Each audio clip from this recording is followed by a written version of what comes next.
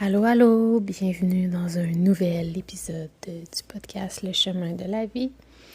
Aujourd'hui, j'avais envie de vous partager une petite réflexion par rapport au concept de performance et de suradaptation, un sujet quand même assez fréquent dans mes rencontres de suivi, dans ma vie personnelle également. Et qui fait encore partie à certains moments de ma vie et de mon quotidien. Et j'avais envie de vous partager une petite tranche de vie un peu plus personnelle où j'ai vécu un épisode de suradaptation. Et pour ceux et celles qui ont déjà vécu ce genre de moment, vous savez, quand on va voir notre médecin et qu'on se dit qu'il y a quelque chose qui fonctionne pas et qu'on ressort du bureau avec un arrêt de travail. Et souvent, ce qui va être inscrit, c'est trouble de l'adaptation qui va permettre justement un arrêt de travail et une prise en charge au niveau médical si besoin et au niveau psychologique pour faire une petite pause, un petit temps d'arrêt. Donc, la suradaptation, c'est quand pendant un certain moment prolongé, on déploie toutes nos capacités qu'on a en nous pour s'adapter à un contexte qui souvent dans un contexte qui va trop vite, qui est dans un rythme effréné ou dans un contexte où il y a beaucoup d'exigences et donc beaucoup de réponses à donner pour continuer d'avancer, des contextes qui sont souvent incohérents avec nos valeurs, qui créent un écart entre la personne qu'on est à l'intérieur de nous et ce qu'on vit à l'extérieur de nous.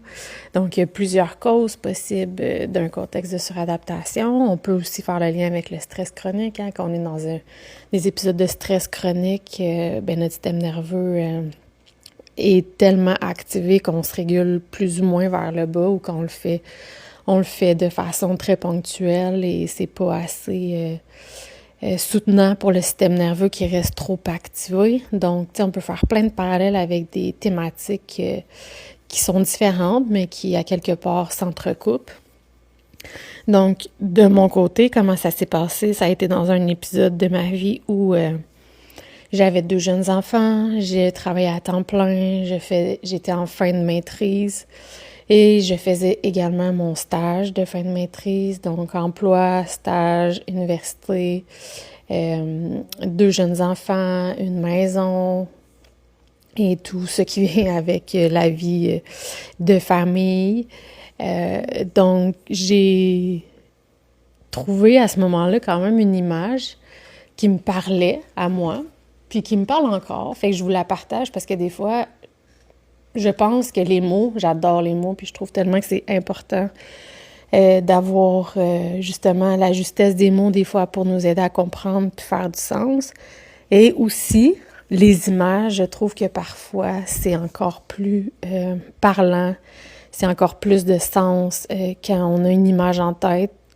Parfois, c'est comme plus rapide aussi pour créer quelque chose qui résonne en nous, ouvrir une porte vers notre conscience et tout ça.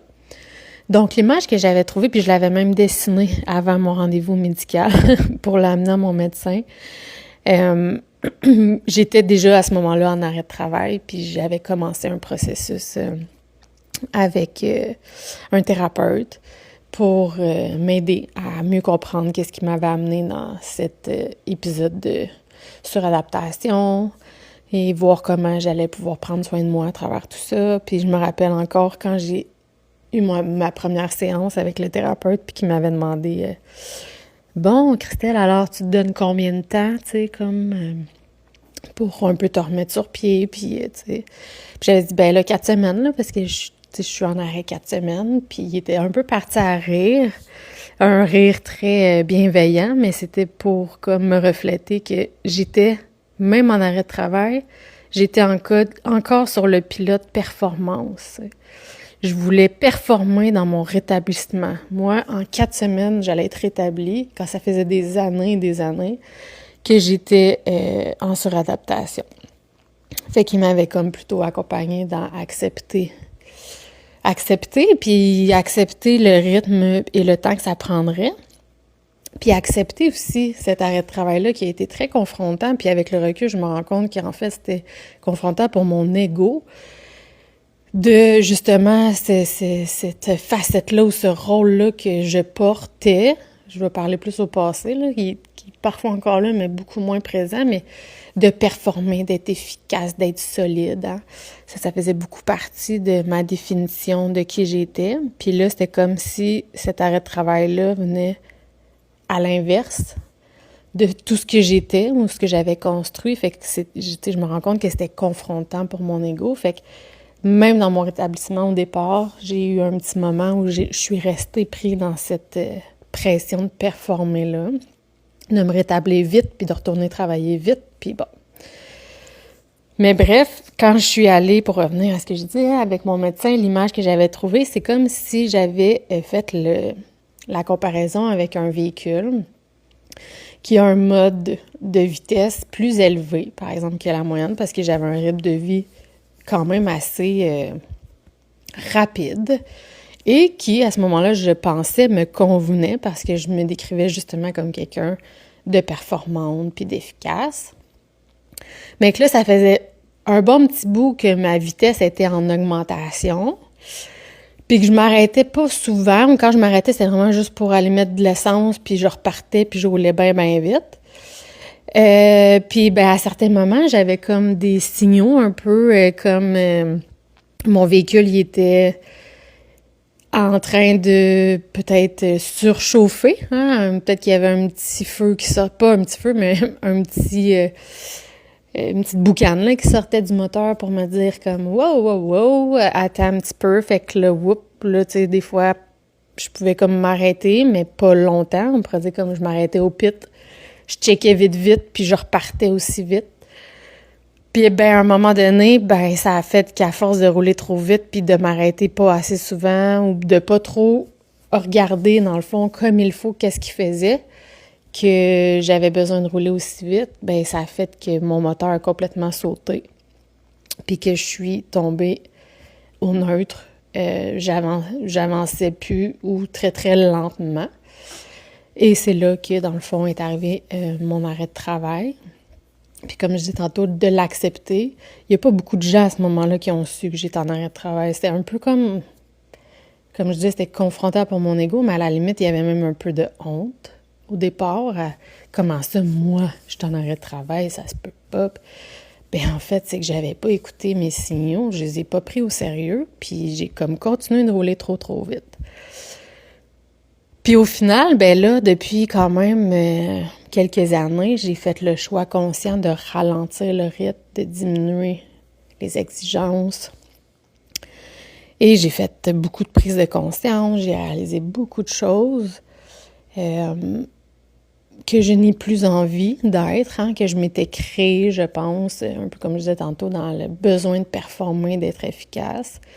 Je suis quelqu'un qui aime être stimulé, c'est vrai, mais j'ai pas besoin d'être stimulée à l'extrême, puis de pas écouter mes signaux, puis de me brûler, puis d'être toujours dans la performance, toujours dans l'efficacité. Ça c'est faux. J'ai pas besoin de ça, ça devient un rôle. Par contre, mon besoin de stimulation, mon besoin d'efficacité, de sentir que j'avance, que je crée des choses, que je commence quelque chose puis je le termine, ben tout ça, c'est là, puis c'est vrai, puis ça fait partie de moi, mais j'ai pas besoin de les pousser à l'extrême. J'ai comme réalisé que de ralentir le rythme me permettait, de mieux reconnaître mes besoins et d'éviter, dans le fond, de me retrouver dans un rythme beaucoup trop élevé, ou comme si mon rythme de croisière sur le pilote automatique, il était déjà à la base trop vite. Donc déjà, je dépassais mes capacités d'adaptation, peut-être pas de beaucoup, mais c'est comme si j'étais tout le temps sur la limite, car dans le fond, c'est pas ça que je dois faire. Je dois être dans une zone beaucoup plus c'est pas lent, parce que être dans une zone trop lente, c'est pas nécessairement mieux non plus, parce que l'on manque de motivation, on peut manquer d'énergie, d'activation, de créativité. Là, on peut tomber à l'extrême vers le bas. Puis là, je lis un merveilleux livre, si jamais vous avez envie de le lire, qui s'appelle « Calme au cœur du chaos » de la psychologue Isabelle Soucy. Je ne l'ai pas encore terminé, il est en cours de lecture, mais elle parle beaucoup justement du stress chronique. Et donne un exemple justement de moins 10 à plus 10, puis qu'on pourrait se dire que notre zone optimale d'adaptation, de régulation dans notre système nerveux pourrait être environ, ça peut varier d'une personne à l'autre, mais de moins 4 à plus 4. Fait qu'on devrait pouvoir naviguer à l'intérieur de cette zone-là. Et quand on en sort, parce qu'on va en sortir, puis on en sort, puis c'est correct, mais c'est de le reconnaître quand, justement, on sort de notre plus 4, puis là, on tombe à plus 5, puis que là, on s'active, puis que là, on s'en rend compte que là, peut-être qu'on va trop vite un petit peu, là, tu sais, comme que notre rythme est un petit peu effréné, bien, d'être capable de le reconnaître parce que notre corps, il est tellement intelligent, tout est tellement bien fait qu'il nous envoie des signaux. Fait que d'être capable de les observer, de les écouter, puis à ce moment-là, de mettre en place des stratégies qui vont répondre à nos besoins pour se ramener dans notre zone d'équilibre. Et à l'inverse, quand on s'en va plus bas que le moins 4, puis qu'on descend, puis que là, on a comme, on veut plus nécessairement sortir, on n'a plus d'énergie, on est fatigué, démotivé, on s'isole, nanana. Ben c'est de le reconnaître aussi quand ça descend trop bas pour mettre en place des stratégies pour là s'activer puis revenir dans une zone qui est plus équilibrée, plus saine et adaptée. Alors, j'avais envie de vous partager ça parce que on le sait, on est dans une société dans laquelle le rythme va vite. On doit performer. En fait, je ne sais pas si c'est on doit ou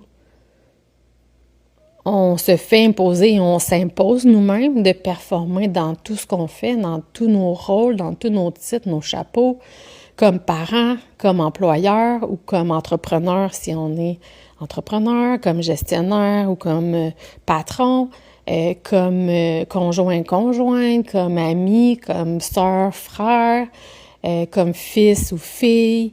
Bref, tout ce qu'on est comme personne et tous les rôles qu'on peut porter ou qu'on s'impose, on est dans un rythme où il faudrait performer dans tout ça, être efficace, être bonne. Puis c'est là qu'on tombe souvent dans un rythme trop élevé et qu'on vient à dépasser nos propres limites d'adaptation, puis que là, on tombe dans la zone de suradaptation, de stress chronique. Et que si on ne s'écoute pas, bien, il y a un moment donné qui est comme une espèce d'écart qui va se créer où le rythme est tellement trop élevé, où, comme là, je parle beaucoup du rythme, mais comme je vous disais, les causes peuvent être quand même multifactorielles.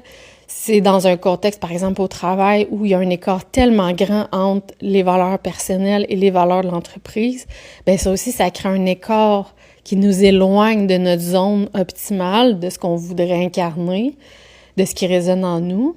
Bien, là aussi, cet écart-là peut créer justement un stress chronique ou de la suradaptation dans un contexte familial ou conjugal qui vient vraiment justement nous sortir de notre zone de confort, vient nous confronter dans nos valeurs, dans un rythme qui est trop élevé, trop vite. Fait il y a tout le temps plein de situations qui peuvent survenir à l'extérieur, mais c'est souvent comment ça va résonner à l'intérieur, que c'est nos messages qu'on doit écouter. Et pour ça, il faut prendre le temps de s'observer puis voir. Parce que si on repart dans le rythme effréné, bien là, à la limite, on évite un peu ce qui se passe en dedans. On ne veut pas le ressentir ou on ne veut pas le regarder parce que ça peut être très inconfortable aussi de faire ça. Puis, bien, à un moment donné, ça se peut qu'il arrive justement un moteur comme le mien qui surchauffe et qui en vienne même jusqu'à complètement sauter et ne plus fonctionner. Donc voilà, j'avais envie de vous partager ça pour que vous puissiez peut-être prendre un petit pas de recul vous aussi, vous auto-observer, voir le rythme dans lequel vous êtes, dans les environnements dans lesquels vous êtes. Est-ce que cela convient? Est-ce que ça va trop vite? Est-ce que ça résonne avec qui vous êtes ou il y a plutôt un écart? Est-ce que votre corps vous envoie des signaux? Est-ce que votre tête vous envoie des signaux? Est-ce que votre cœur vous envoie des signaux? Est-ce que vous les écoutez? Est-ce que vous prenez le temps de vous observer et de vous ajuster en mettant en place des stratégies pour répondre à ces besoins-là? Parce que ces besoins-là sont des besoins fondamentaux. Ils sont fondamentaux. Ils sont importants. Et si les signaux sont là, c'est qu'il y a un message à comprendre. Donc, je vous encourage à prendre le temps de ralentir, de vous observer et de trouver votre zone d'équilibre à vous, votre zone optimale où vous pouvez naviguer. C'est pas une ligne droite, c'est des vagues qui viennent et qui montent. Et parfois, ils peuvent monter très haut. Il faut savoir le reconnaître pour redescendre un petit peu. Et des fois, ça va aller dans un creux de vague. Il faut savoir le reconnaître aussi pour remonter en s'écoutant et en répondant à nos besoins. Alors voilà, c'est tout pour aujourd'hui. J'espère que ça aura pu faire du sens pour vous. Et si jamais vous avez envie de laisser un petit commentaire, vous êtes les bienvenus. Bonne journée!